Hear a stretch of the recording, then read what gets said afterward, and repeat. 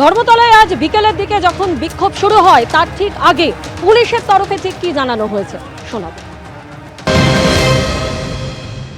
यहाँ पे पर्याप्त पुलिस फोर्स है, किसी भी सिचुएशन को हम टैकल करने के लिए सक्षम हैं और हम इनसे बार बार यही प्रयास कर रहे हैं कि ये जो इनका पीसफुल डिमॉन्स्ट्रेशन है वो पीसफुली रहे और आराम से ये लोग अपना डिमॉन्स्ट्रेशन करके यहाँ से डिस्पर्स कर जाए। यहाँ पे धर्मतला में रुकने की परमिशन थी, रुककर प्रोटेस्ट करने की परमिशन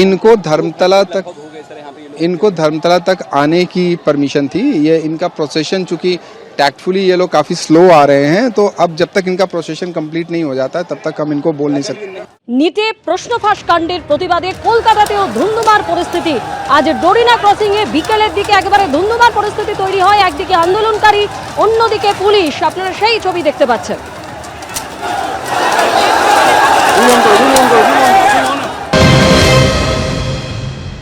এরা দেশ জুড়ে একটা নৈরাজ্য তৈরি করবার চেষ্টা করেছে। সিপিএম গৃহীত, পরীক্ষিত এবং পরিত্যক্ত।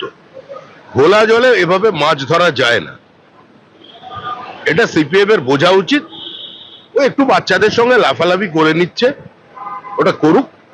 যারা এই আন্দোলন তৈরি করেছিলেন তারা বুঝতে পেরেছেন যে তাদের ভিন্ন পথে পরিচালিত করা হচ্ছে। কিছু অপান্তেয়, অপ্রাসঙ্গিক, পরিত্যক্ত শক্তি তাদের ব্যবহার করতে চাইছে।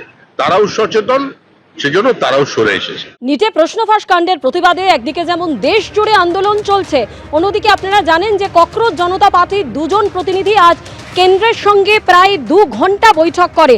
তাদের তরফে 3 দফা দাবি জানানো হয়। প্রথম দাবি কেন্দ্রীয় শিক্ষামন্ত্রী ধর্মেন্দ্র প্রধানের ইস্তফা। দ্বিতীয় দাবি আত্মঘাতী পড়ুয়াদের পরিবারদের 1 কোটি করে ক্ষতিপূরণ।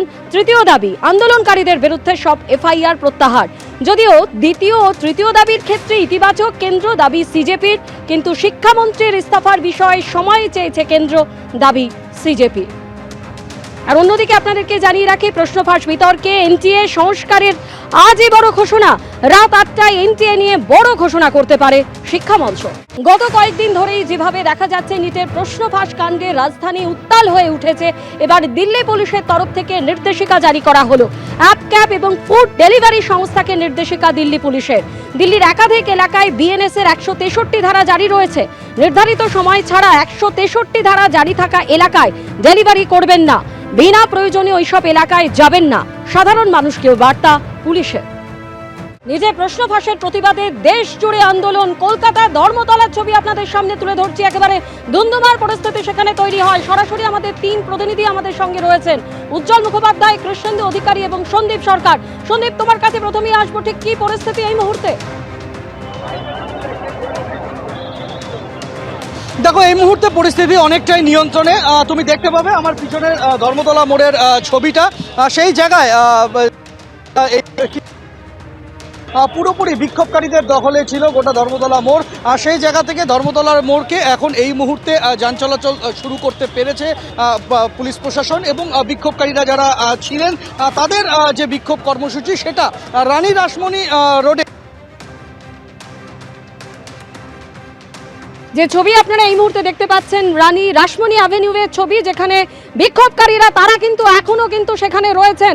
আজকে ধর্মতলায় আমরা দেখেছি বিকেলের দিকে ঠিক যেভাবে উত্তপ্ত পরিস্থিতি তৈরি হয়, এবং এই মুহূর্তে কিন্তু এখনো প্রচুর পুলিশ সেখানে মোতায়েন রয়েছে, এবং সেই সময় আমরা দেখেছি পুলিশ এবং বিক্ষোভকারীদের মধ্যে একেবারে ধস্তাধস্তির পরিস্থিতি তৈরি হয়।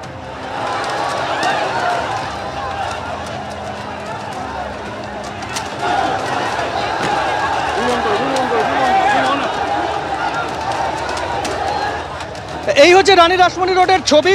তুমি দেখতে পাবে যে এই মুহূর্তে রানী রাসমণি রোডে কিন্তু বিক্ষোভকারীদের সেখানে পাঠিয়ে দেওয়া হয়েছে।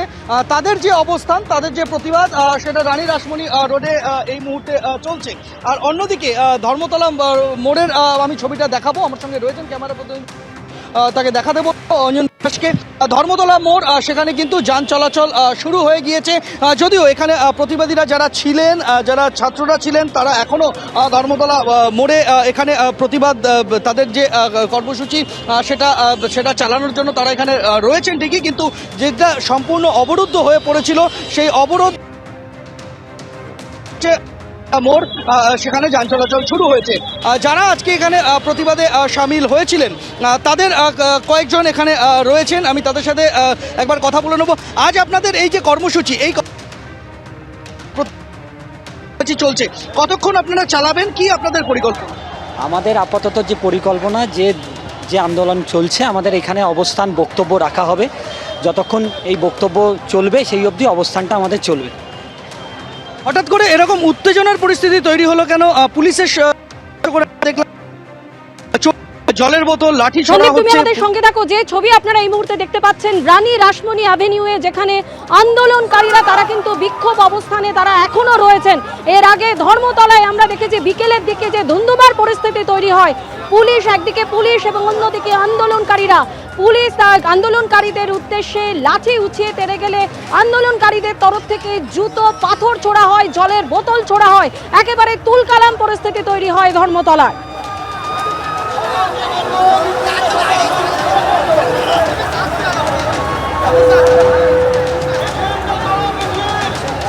এবিপি আনন্দ, এগিয়ে থাকে, এগিয়ে রাখে।